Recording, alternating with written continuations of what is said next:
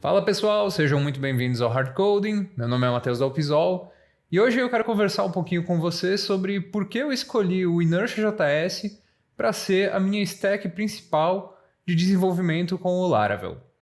Então, desde o lançamento do Laravel 8, com o surgimento do Jetstream, a gente tem aí então duas stacks que têm dominado a comunidade, né? Então o Livewire e o Inertia.js. E ultimamente tem meio que surgido um fla-flu aí entre as duas, né? Então, para começo de história, eu quero deixar claro aqui que o objetivo não é estar fazendo um comparativo hoje entre as duas tecnologias, né? Mas eu vou simplesmente contar qual foi a minha experiência com elas, né? E por que eu tenho, então, nos meus últimos projetos, utilizado o Inertia.js. Então, o primeiro contato que eu tive com o Inertia.js deve fazer quase 2 anos já, ali, 1 ano e meio, 2 anos, né? E eu já contei aqui no canal que a minha primeira experiência com o Inertia não foi legal. Em função de vários problemas com o Laravel Mix e dependências desatualizadas e tal, eu não consegui o resultado que eu queria com o Inertia e eu acabei abandonando a stack por um bom tempo, aí, meses, né? E fui dar uma olhada no Livewire. Eu fiz, inclusive, o curso do Caleb Porzio, que é o criador do Livewire, né? E eu comecei, então, a utilizar o Livewire num projeto aqui na empresa, né? Num novo sistema que a empresa ia desenvolver. E o que aconteceu durante o desenvolvimento desse projeto foi que, conforme a gente ia avançando nele, eu percebi que a nossa produtividade estava caindo. Então, assim, na época, o principal motivo para isso foi que o nosso maior gargalo no desenvolvimento desse projeto era o desenvolvimento da interface, do front. E na época não existiam, então, boas bibliotecas de componentes prontos de interface para o Livewire. A gente tinha, na época, o Tailwind UI, né? E aí o problema que eu tenho até hoje, na verdade, com o Tailwind UI, além dele ser uma biblioteca paga, é que ele implementa basicamente só o CSS, né? Então você vai ter que tá implementando o JavaScript. E isso acabava atrasando a gente, né? Na época, eu não lembro, acho que ainda não tinha saído, ou se tinha saído o Wire UI do Pedro, né? Um desenvolvedor brasileiro aqui. Se já tinha saído, era algo muito embrionário, né? Então, a gente não tinha boas opções de bibliotecas de componentes de interface para o Livewire. Então, isso estava atrasando muito o nosso projeto, né? E o meu background como desenvolvedor é front-end. Então eu tinha muita experiência já com o Vue.js, com o Webpack, com todo o ecossistema de Node.js, né? Com todas as tecnologias que vinham avançando mais, né, no front. Então eu tinha muito contato com isso, tinha uma boa experiência com isso, já desenvolvia com Vue há um bom tempo e utilizava já a biblioteca de componentes Vuetify, que é uma das mais bem-sucedidas aí de Vue.js. Então, assim, sempre que eu utilizava essa biblioteca e os meus conhecimentos de Vue, o projeto andava rápido, né? E a gente conseguia uma produtividade boa, um resultado legal. E eu estava começando, então, a sentir muita falta desses resultados e dessa produtividade no Livewire. Então, em certo ponto, eu resolvi reavaliar o Inertia para que eu pudesse, então, utilizar os meus conhecimentos de Vue.js, né?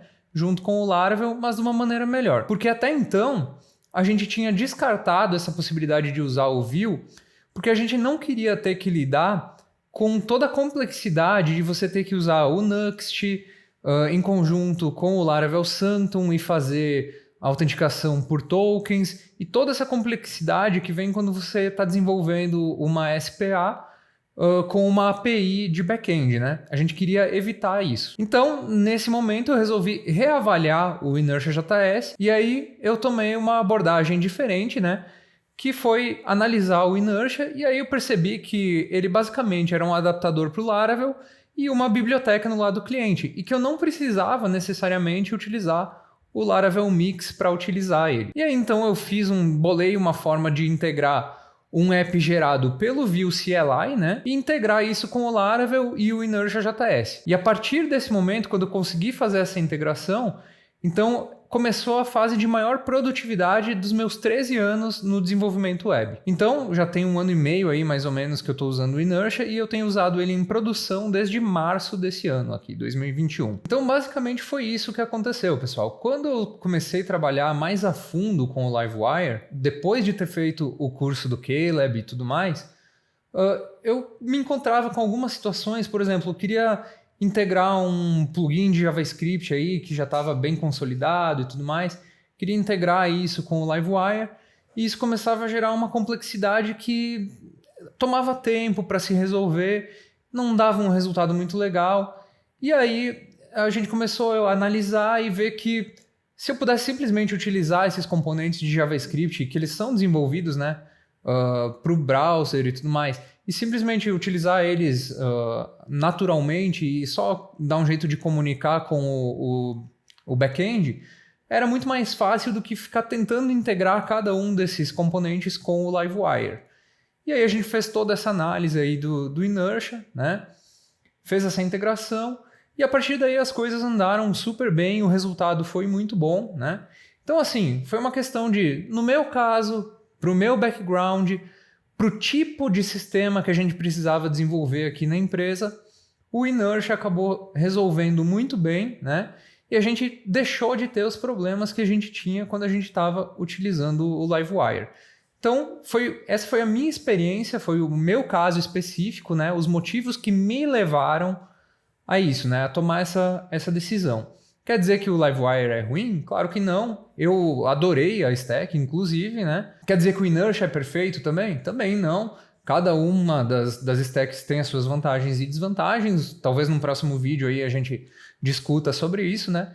Mas esses foram os motivos que particularmente me levaram a tomar essa decisão aqui. Então incluía aí decisão de negócio, né? Decisão de expertise já, então um conjunto de coisas, né? Decisão de ecossistema, porque, por exemplo, hoje se você for analisar, o Livewire é uma ferramenta mais estabelecida na comunidade Laravel. Tem muito mais gente envolvida no desenvolvimento do Livewire do que no Inertia. Mas quando você olha como um ecossistema inteiro, por exemplo, o Inertia ele se apoia em frameworks de JavaScript já estabelecidos. Então você vai ter todo um ecossistema, você tem inúmeras escolhas, inúmeras opções de bibliotecas de componentes prontas, né, que já estão ali no mercado há um bom tempo e que estão muito mais consolidadas do que as bibliotecas de componentes pronto que existem para o Livewire. Então você precisa fazer essa análise de todo o ecossistema, de todo o seu negócio, de toda a sua expertise, né? E ver o que vai se encaixar melhor no seu caso. No meu caso foi isso. E recentemente a gente tem visto esse fla-flu aí se acirrando, né? E algumas críticas que vêm surgindo ali ao Inertia. E aí eu peguei até um pouco me perguntando, né? É importante a gente ver essas críticas e se questionar também, né? Poxa, será que eu tô indo por um caminho que tão pouca gente assim tá indo? Será que fui só eu que tive esses problemas com o Livewire? Será que fui só eu que fiz esse caminho contra a maré, no caso, de sair do Livewire e ir para o Inertia? E aí eu comecei a dar uma pesquisada aqui na internet e encontrei alguns relatos de pessoas que passaram pela mesma situação que eu. Então aqui lá no Laracasts a gente tem um post que é Inertia versus Livewire. E aí tem vários relatos aqui, blá blá blá. Tem até um post do Jonathan Reining, que é o criador do Inertia, né? Mas me chamou a atenção esse último comentário aqui, que o cara estava dizendo o seguinte, que ele escreveu todo um aplicativo, todo um serviço com Livewire, né? E no fim ele se deparou com os mesmos problemas que eu tive. Então, alguns componentes que precisavam ser integrados ficava muito complexo de integrar com o Livewire. E no fim da história ele acabou então reescrevendo o sistema todo com o Inertia. Então esse foi um caso. E aí lá no Twitter do Inertia eu achei esse outro relato aqui do Alex Garrett Smith, que ele disse, o Inertia é muito bom, né? E que ele reescreveu o site dele, que é o Team Code Course, com o Inertia.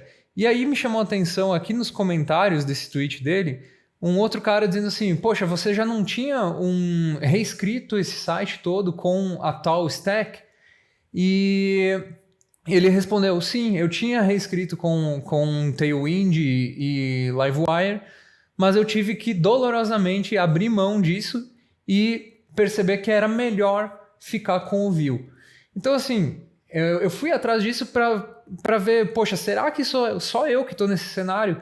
E E aparentemente não. Várias pessoas que tiveram contato com as duas stacks, há relatos de pessoas que fizeram esse mesmo caminho, de estar migrando do Livewire para o Inertia.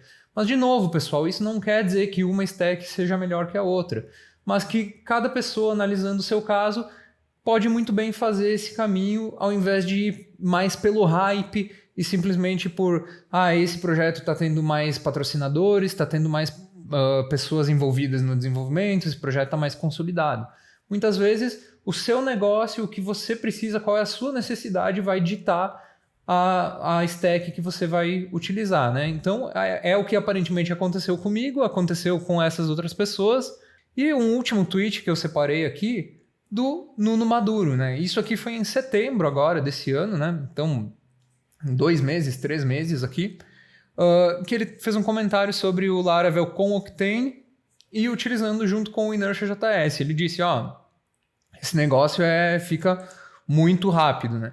Então, assim, o Nuno é um cara do core, né? Do time core do Laravel, né? Então, assim, não é um cara que tá aí à toa usando qualquer stack, né? E recomendando coisas e comentando. É um cara que tá dentro do negócio lá. Então, para quem tem alguma preocupação aí sobre o futuro do Inertia e tal, a gente vai conversar ainda sobre isso em outros vídeos, né? Mas eu acho que dá para ficar relativamente bem tranquilo quando você vê essas pessoas, né, comentando sobre o assunto e discutindo e recomendando, né? Então por hoje acho que é isso, pessoal. Se você tem algum comentário, alguma crítica, alguma sugestão, se tem alguma coisa que eu não abordei aqui e você acha que ficou faltando, comenta aqui. Talvez a gente possa fazer uma parte 2 desse vídeo aqui, né? E discutir um pouquinho mais sobre o assunto. Então não se esqueçam de participar lá no Facebook do grupo Inertia JS Brasil. Se inscrevam no canal do Telegram, que eu vou deixar o link na descrição do vídeo. E não esqueçam, obviamente, de deixar o like e compartilhar aqui para a gente alcançar mais pessoas, tá bom? Então, pessoal, é isso aí por hoje. Um abraço e até a próxima.